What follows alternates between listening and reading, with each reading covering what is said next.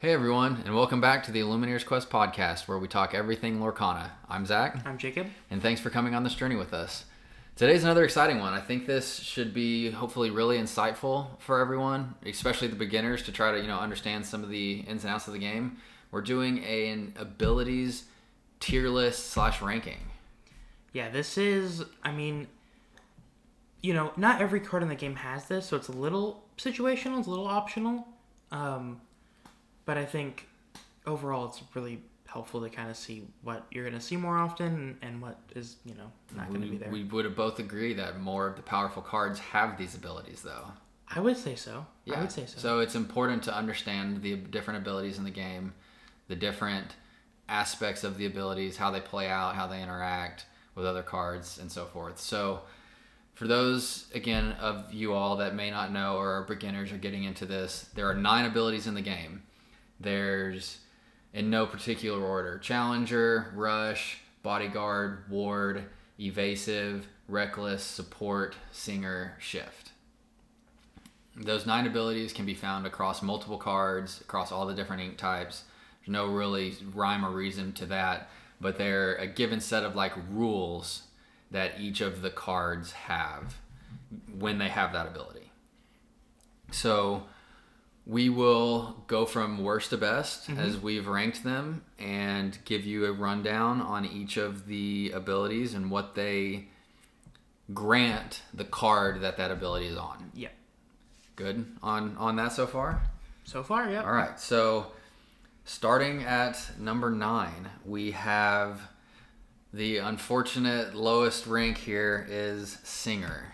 So I didn't know that this ability existed until the app came out, and I saw in the filters that it was an ability. I'm like, oh, what is that? And it's only 3 cards have it. So the ability itself is an ability that lets a lower cost card sing a higher cost song. So under normal circumstances, a 5 cost song has to be sang by a 5 cost character.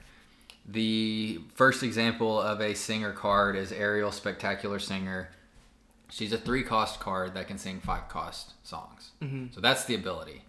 But as Jake pointed out, it's not necessarily indicative of the usefulness of the ability. It's more the fact that there's only 3 cards that have the ability. It's super not flushed out yet. Yeah, it's I think they're setting the foundation for maybe chapter 2.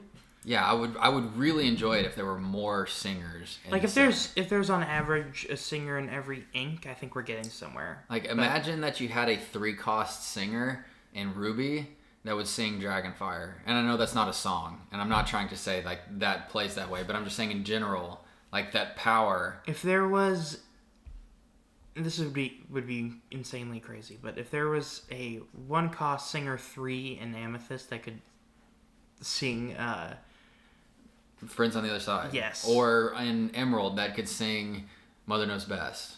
Yeah.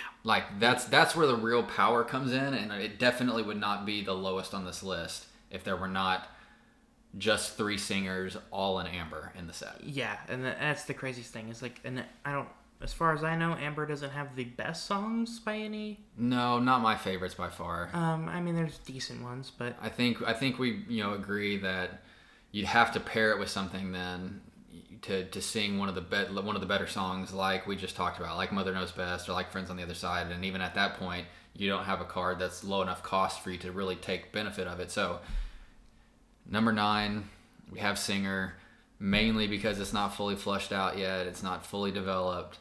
Could be really cool, just not quite there yet. Look out for it in chapter 2. Yeah, we hope at least. Yes. Stay tuned for the chapter 2 preview, because I'm sure that will be a topic to come up. Okay, number 8 on the list would be Support. So this one I think is helpful, but get into the basics. Still super situational though. Yeah, so the basics of this one are Support is whenever a character with support quests, you add their strength to another one of your character's cards. So if that character challenges and has 2 strength, but you have a character with support questing that has 2 strength, that challenging card now has 4 strength. Yeah. So I think it's so low on our list because, again, it's super situational.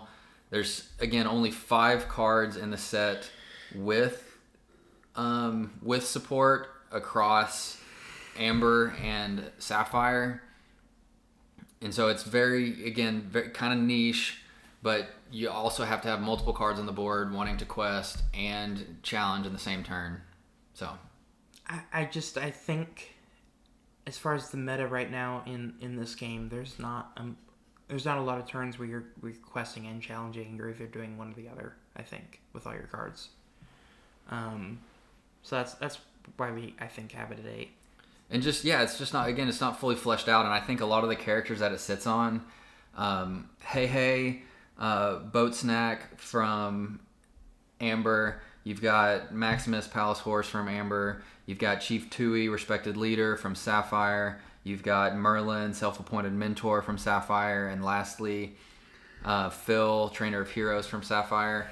I don't see any of those cards as super well-rounded cards where you want to have them too. So same as Singer, it's just not fully fleshed out yet. I could see it be really impactful, but it's not quite there yet. The strength these cards are giving out is not anything that you're really gonna like. It's not anything too special. One exception to Ward I have, and I think, I'm not on Ward. Never mind. I'm getting ahead of myself. Support. I'm getting mixed up. So support, just not quite there. All right, that's number 8. 7, Reckless. I know you hate this one, so walk me through it. Okay, if you look at it and you look at just the ability, you're looking just... Which is? So your character has to challenge every turn if able, and I believe none of the Reckless cards have any lore. No, and they don't because they can't quest. They also can't quest. That's the kicker. Like, that's the ability, is that they can't quest. They're reckless and only challenge. I think if you look at just the ability, that is restricting you from the goal of the game, which is collect 20 lore. And that is restricting you, in my personal opinion. Jake and I definitely disagree on this one a little bit. I understand that perspective, and I think in a vacuum, Reckless is very counterintuitive to the point of the game. I think where the benefit comes into play is the cards it's attached to and the abilities, or not abilities, but the stats of said card. So like Gaston, for instance, on Ruby has Reckless, and he has 4 strength as a 2-cost card. So there are a lot of 4 and 5 cost cards that have 4 strength or have 4 willpower that will get taken out by that. And so you're right. In a vacuum, Reckless is probably the worst in the game, but given that it's attached to characters that hit heavier than the ink cost they have, to me makes it very powerful in controlling the board and taking out your opponent's characters. I mean, I just don't like it. So that's where I stand. I don't think it's the greatest. I mean, again, it's only attached to 3 characters, all in Ruby. And so it's again, still really low on the list because of that. Maybe that gets flushed out a little bit more in future sets as we've kind of talked about some of these others. It's just, if you need a fighter and you're going to put somebody that's, specifically for challenging in your deck, there's no reason not to, for them to have Reckless since they have better stats. But I digress. So with that said, we've gone through the bottom 3 now, third of the way there. Pretty quick. We're getting there. Heading. We've got Singer, Support, Reckless as 9, 8, 7. So moving on to 6, we've got Challenger. Challenger, there's a few cards that I really like to have it, and just the ability going through it is it adds a certain amount of damage when that character is challenging another character. When they are challenging, not being challenged. Not being challenged. And I've ran into that a few times when playing at our local gaming store, is that part is not like hitting people super much, so like they think like when that card is being challenged that it has that same strength. So like if the card with challenger is being challenged, that plus damage does not apply to the character. Does not apply to the character. And the kicker there is that there are a few challenger cards that have 0 strength. So if they're being challenged, they don't do any damage at all. So they have to be offensive characters. Yes. So I agree. There's 7 cards, so this one's a little more flushed out. It's still across only 2 ink types. Again, they punch above their weight. So like one of my favorite challenging card we talked about in our card tier list video is Captain Hook, Forceful Duelist. 1 cost card, but can deal 3 damage. So he can easily take out a 1, 2, or 3 cost character. So he's a very good brawler, I guess, if you will, to build out your deck to kind of deal with your opponent's cards. He can punch up above his weight, and most of these cards can. Not the ones with 0, but like Zeus, I don't see the value. He has. I think the challenger of Zeus doesn't give you a lot. Zeus also has Rush, which we haven't gotten to yet, so it's a little higher on the list. But the challenger aspect of Zeus gives him a +4, so he's a 4 cost, does 4 damage when challenging, and has 4 health. And so he will punch above most 4 cost cards. And so I agree, Zeus is a little bit of a weird one, but in general, they're going to take out cards that cost more than them. So they're good, again, brawlers to have on your side, kind of like Reckless if you need someone to challenge. Yeah, I agree. The difference here is they can quest, and so I agree with Jake. Like, you're going to get some questing value out of them, too, if you need it. If you need it, yeah. Okay, so I think that kind of covers Challenger, and as we move on to the next one on the list, we get to 5, or, which I kind of jumped the cannon on, Ward. So, Ward is basically that a character with Ward cannot be chosen for anything besides challenging. So, Dragonfire, for instance. I think it's the biggest use. We will talk about Dragonfire until our faces are blue, but yes, it keeps you from being directly challenged or directly targeted by any item or action. Again, Dragonfire being probably the biggest thing that you're avoiding. Dragonfire, Mother's Knows Best. Fire the cannons. Fire the cannons, smash, anything that you have to choose a card to do.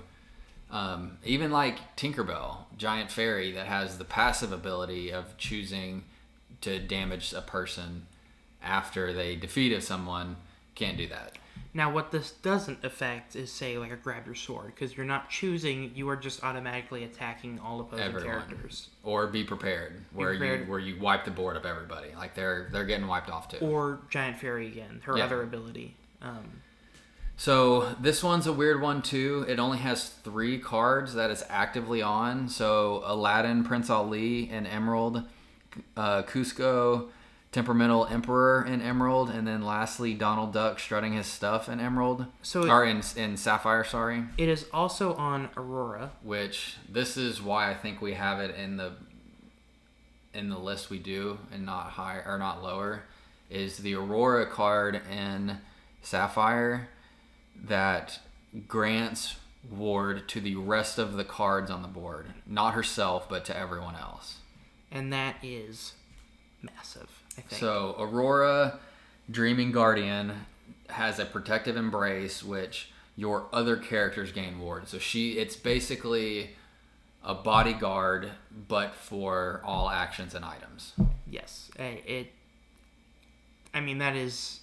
could get you out of avoid some big problems. Yeah, it's incredible. I mean, so a little bit of my opinion is swayed by the fact that you do have that Aurora card that's so powerful. Again, shout out tier list. We have her really high on there.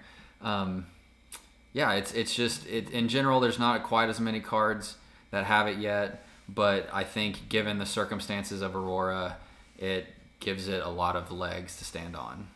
Completely agree.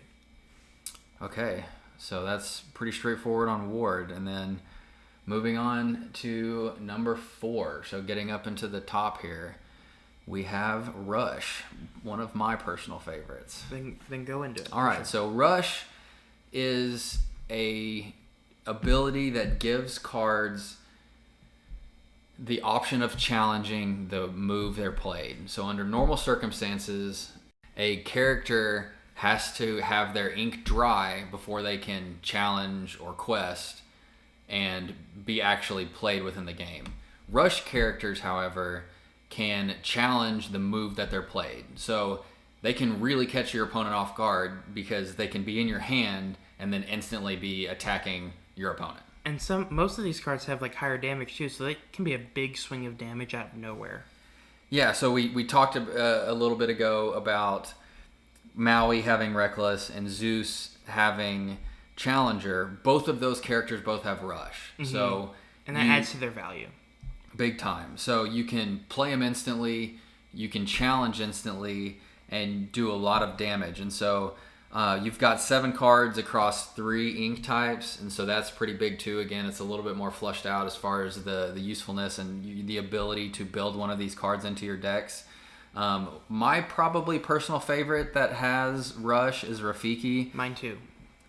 In the Amethyst set. 3 cost, 3 strength, 3 willpower. But again, he's going to get out there fast. He's going to do the damage. He's going to take out the card that you're trying to take out.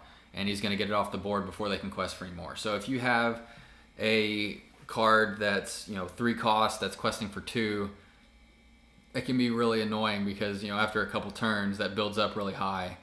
And then you're building up a really big deficit. Rafiki gets in there instantly and takes him out.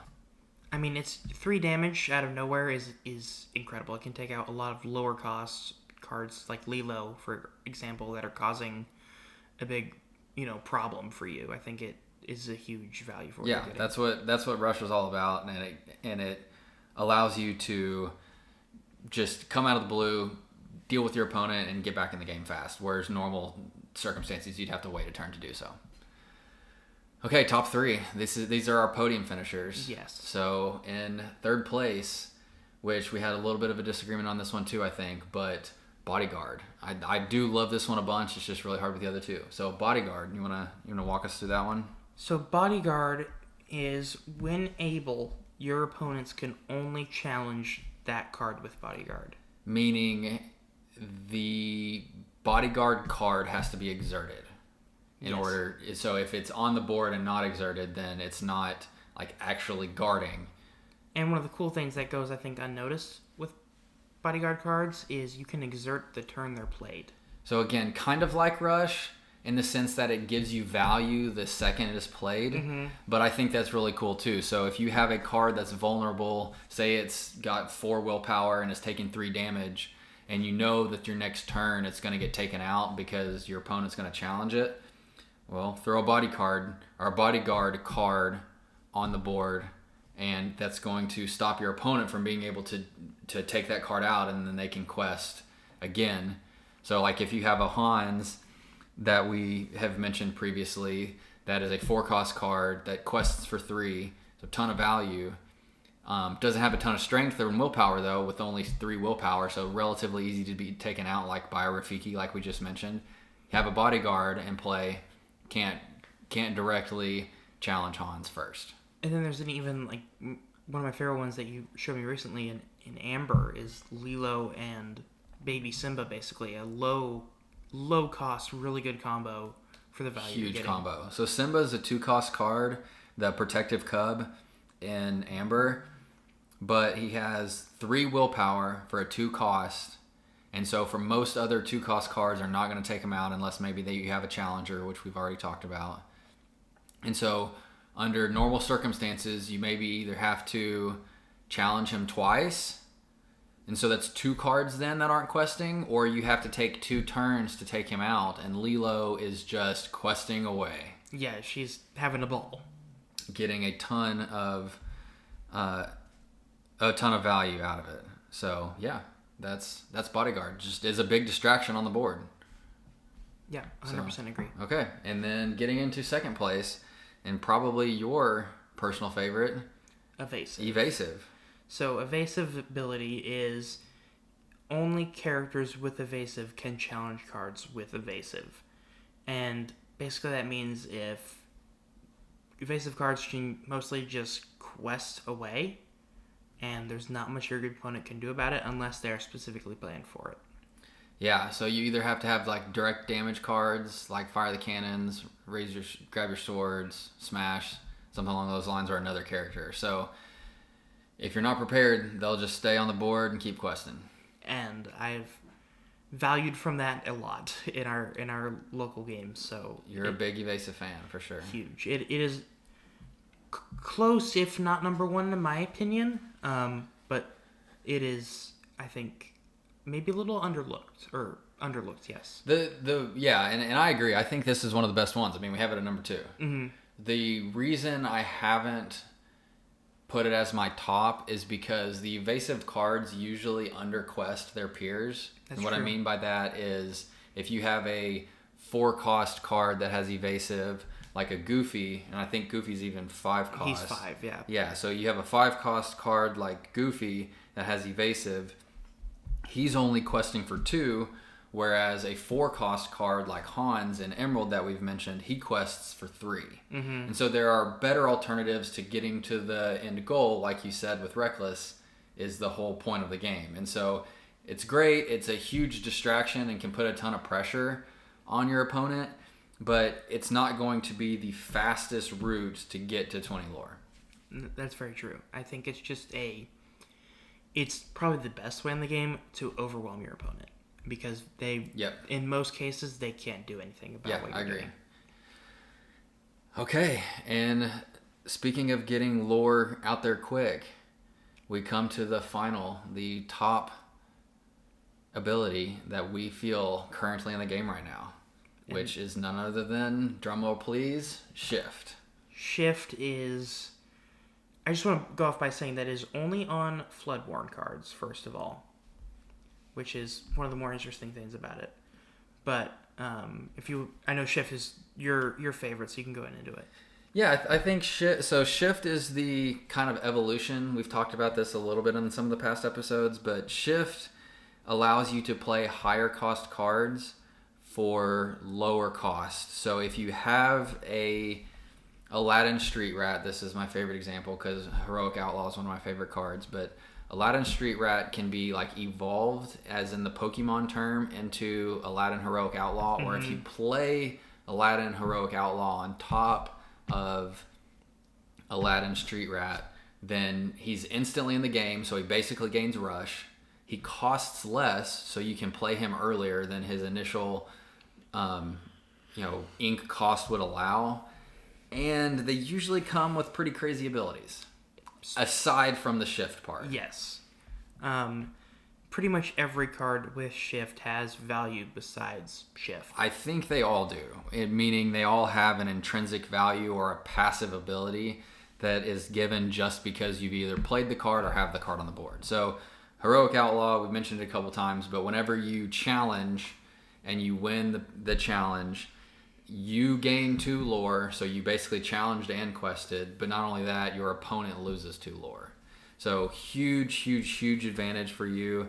If you can get that out on turn 5, that's insane, because that is a huge turn of events. Yeah, massive. And, we talked about the Aurora Dreaming Guardian that grants ward to the rest of the characters on the board. That's a massive one. Giant Tank, we've talked about a little bit. When you play the character, deals 1 damage to every character. When you banish a character, damages 2 to chosen character. So again, just a ton of outside value outside of the Shift. And then last one, I guess, to mention would be like Elsa, Spirit of Winter, the legendary card that everybody is going crazy over. It allows you to exert 2 chosen cards, and then those 2 cards cannot be readied next turn, so it puts your opponent kind of at a standstill. So again, you are able to play them quick because they can be put on top of, as I like to call their like little brother or sister card. Mm-hmm. They're ready right away, like they had a rush ability because they were shifted onto a card that was ready, and then they have a bunch of intrinsic value. And so I think just like the full compass that you get with a shifted card just makes it have so much value compared to normal cards. And I think that with most of these cards, almost all of them, if you're able to get them for their Shift cost, they're probably some of the best cards in the game, if not the best. Oh, for sure. The one like caveat is not all of them have like incredible stats. I mean, like Aurora, the Dreaming Guardian that we mentioned, has 3 strength, 5 willpower, which is good. But if you have somebody that, you know, has Fire the Cannons and a 3 strength card, you're taken out in 1 turn, and since it's already readied up because you shifted it, it can be taken out instantly. And so it has a little downside, but again, it's something you can very well prepare for with a bodyguard we just mentioned, or with something else that can allow you to keep those cards from being directly focused. And I think that's why it is the best ability in the game. Just the most well-rounded card. So not only are you able to, you know, swing the outcome of the game given the abilities of the cards, but you can play them in multiple ways. If, you know, most of, or not all of these are inkable, but some of them are inkable. If you get them really early in the game and you're just not able to play them right away, you can ink them. If you don't want to shift it or don't have that card on the board to be able to shift it, you can still play it a little bit further down the line. So just the flexibility that these cards gives you so many different ways to put pressure on your opponent to win the match. Yeah, and I mean, again, kind of like with Rush, these can come out of nowhere. And yes. I believe you can play them on the same turn. Yeah, because if the card you're shifting them onto is ready, then they're ready to go, and you can go play them and deal all kinds of crazy damage. In most cases, that is a huge card that is like a win the game card coming out way early out of nowhere. Yep. And that changes the tides of the entire game. Yeah, I think that pretty much sums it up well. You know, this was a little bit of a quicker episode, but I think we wanted to, you know, explain some of the intricacies of these abilities to help some of the new listeners out and really dive into, you know, what's fun about them and which ones we like and which ones we don't. You know, a little bit of personal play preference here as well to get to know us a little bit better. But yeah, it's really cool. You know, we went through the list, so as a quick recap, starting from the bottom, we have Singer, then Support, Reckless, Challenger, Ward, Rush, Bodyguard in third, Evasive in second, and Shift in first. So I think it's a pretty good list. I think overall very well rounded. Yeah. And as always, everyone, that would be it for today. So thank you for listening. If you have any suggestions or think our ranking is terrible, send us your ranking and let us know, and we'll try to work some of that in and, you know, react to some of our listeners' rankings and see what we think about them as well, or their thoughts. So you can email us at lorcanapod@gmail.com. You can also message us or DM us on Twitter at lorcanapod as well. Then please follow us on major podcast networks like Apple Podcasts, Spotify, or any of the other major networks, and YouTube as well. So if you want to see video versions of some of these, like the tier lists that we have or some of the unboxings that we've done, you can follow us on YouTube at Illumineers Quest. So that's where you can find us across the board on all of our different channels. And again, thanks for everyone for coming out and appreciate the support. All right, see you guys. Bye.